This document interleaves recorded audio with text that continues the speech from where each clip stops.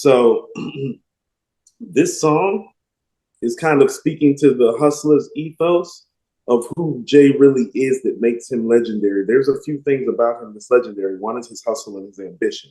Hmm. You get what I'm saying? Yeah. That's all over this record. You know, Hmm. another one is that nuanced, detailed conversational flow. Hmm. This is that at some of the finest that he does it. You know, so when I'm Yeah. saying this is one of those records, like he might be known because of Hard Knock Life and Big Pimpin', but he's a legend because of Imaginary Players. Okay. This is one of those records where it's like when he's laying claim to being one of the best rappers ever, Hmm. this is evidence. All right. If you want to lay claim to it, it's like, no, no, no. It's like he made Imaginary Players. Now, a quick backstory, and I didn't find this out until I was doing According to Hip Hop. This song is about Mace in particular. Oh, okay. Right. So, where would you like to start with the record? I'm sure you have notes because he's very, very funny and No, it's insightful. just this is hilarious, but it's also He's funny, it's very this is my house, right? Like this right? is It's funny. It's funny and disrespectful. yeah.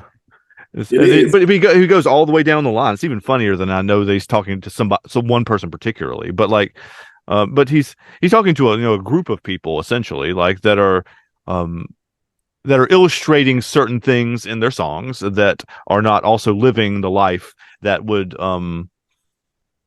indicate they're indicating, right? Like they're talking about all the jewelry and all the money and women and blah blah blah blah. But then he says, "I see you in the streets and like you don't have any of this. So what's up, dude? What's up?" Right. It's that, and it's the way that it's done. It's not done with anger. It's done with No, air. It's done with he's arrogance. mocking. He's mocking them.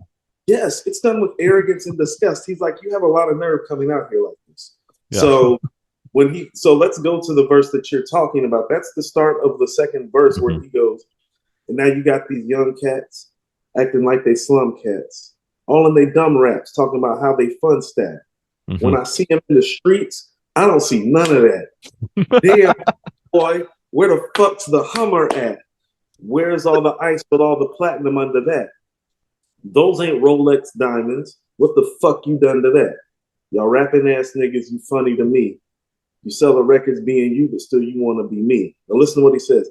I guess for every buck you make, it's like 100 for me. But you still running around thinking that you got something on me. Hmm. But I done did. And y'all want to take my flow and run with it? That's cool. I was the first one with it. It's just a straight class on talking shit to somebody. It's again not It's not, angry. It's not dismissive. It's just like, like right. who Like the are you? nerve of you. Crumbs on the table. Yeah. Yeah. This is antecedent to dirt off my shoulder. I mean, it's that kind of like just This dirt off your shoulder like times 10 because right. like Exactly. respect is like in tow. You have to Hmm. understand the disrespect is heavy. You feel the arrogance and the disrespect of the record. And he's personalizing it. You Hmm. know, your single was 99 cents. Mine was $4. Hmm. He's like literally calling them cheap and dirty whores. He's like, you're so cheap. Look how they just slutted you off right next to me. Hmm. It's $4. I'm gonna make more. He's letting them know. He's like, they're gonna buy. Look, I could sell a quarter of what you sell, and I'm still gonna make more money than you. Y'all aren't out here hustling. Y'all are imaginary players. Hmm. Yeah. And some of the best things about this record and what makes this record special is actually when he's not rapping, Andrew. I can't stress that enough. The shit talking Yeah. in At the between end. Yeah. verses serves as the hooks. Yeah. Oh, that's epic too. The whole damn Playboy, where the fuck's the Hummer at? That's legendary. I love that. Love it. Love it. That's legendary. Yeah. That's legendary. You understand when he's talking this way? Nobody had really talked this way before, even. Like, nobody was being insightful and arrogant and disrespectful about it. There was always like an anger or a vitriol that came to it. He's not pissed at all. No, because he's saying stuff like ain't no Cartiers in the lenses switch your frames, ain't no manicures on board and switch your planes. Andrew, I'm gonna tell you the truth. I didn't know that they did manicures on planes until he said that. I was 16. It's like, you get a manicure on a plane. It's like this. I was like, I used to joke with my friends, Andrew, like that we went to West Charlotte with, that he was going to get indicted for how he was talking on Reasonable Doubt. So that's that talk that I'm talking about where it's like what? I was like, you're getting manicures on a plane? I'm like, what the fuck is this guy doing? He's not rapping, guys. It's not rap money. I was like, rap don't make money like that. Nope. Yeah. And he's one of the reasons that rappers make the money that they make. Yeah. Man, he is, because he was on this type of shit early, quite frankly. So it's kind of like this would be, it's like if you were to ask what would be quote unquote a hip hop head, what one of Jay-Z's seminal records would be, most of us would pick this as be one of those 10 records. So I consider this to be his 10 best records. I do. Yeah, it's a great song. And again, like I said, it was not one that I knew. But I mean, even down to the sample that's in it, which is also dismissive. I mean, it can be read as dismissive because it's saying imaginary playmates, right? I mean, so it's not, so it's winking at the title of the song, but also kind of winking at calling them little bitches too. Like there's a little of that in there. No, not just a little. There's some of that in there too.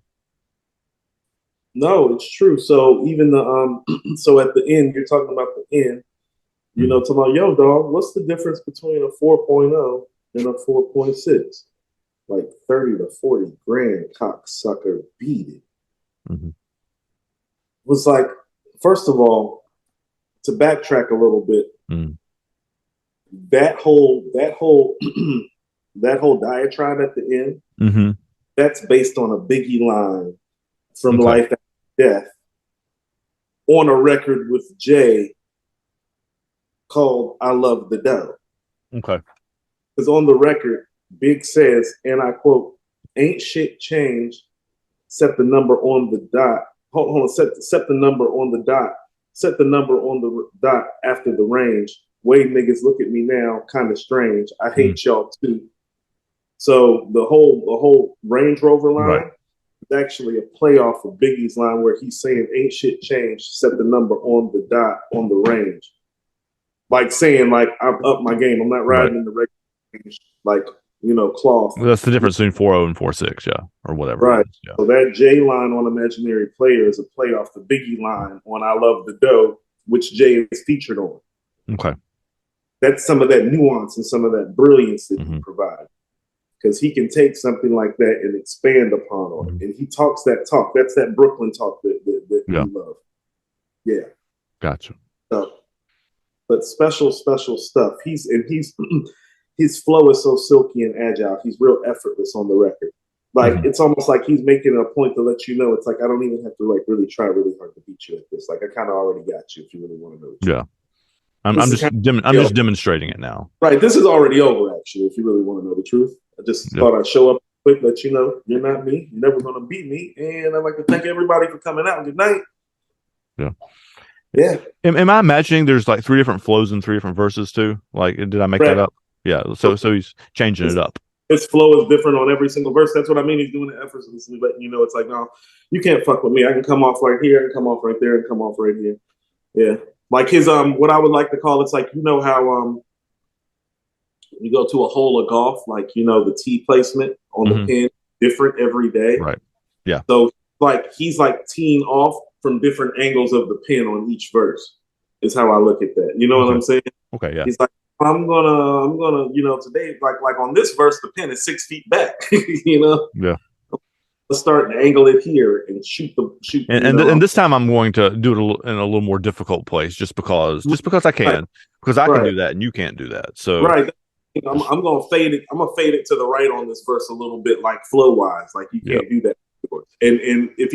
And the fact that he's talking about Mace, that's part of like some of the nuance of it, because it's like, well, Mace wasn't agile like that, not like this. Oh, never like this. Yeah.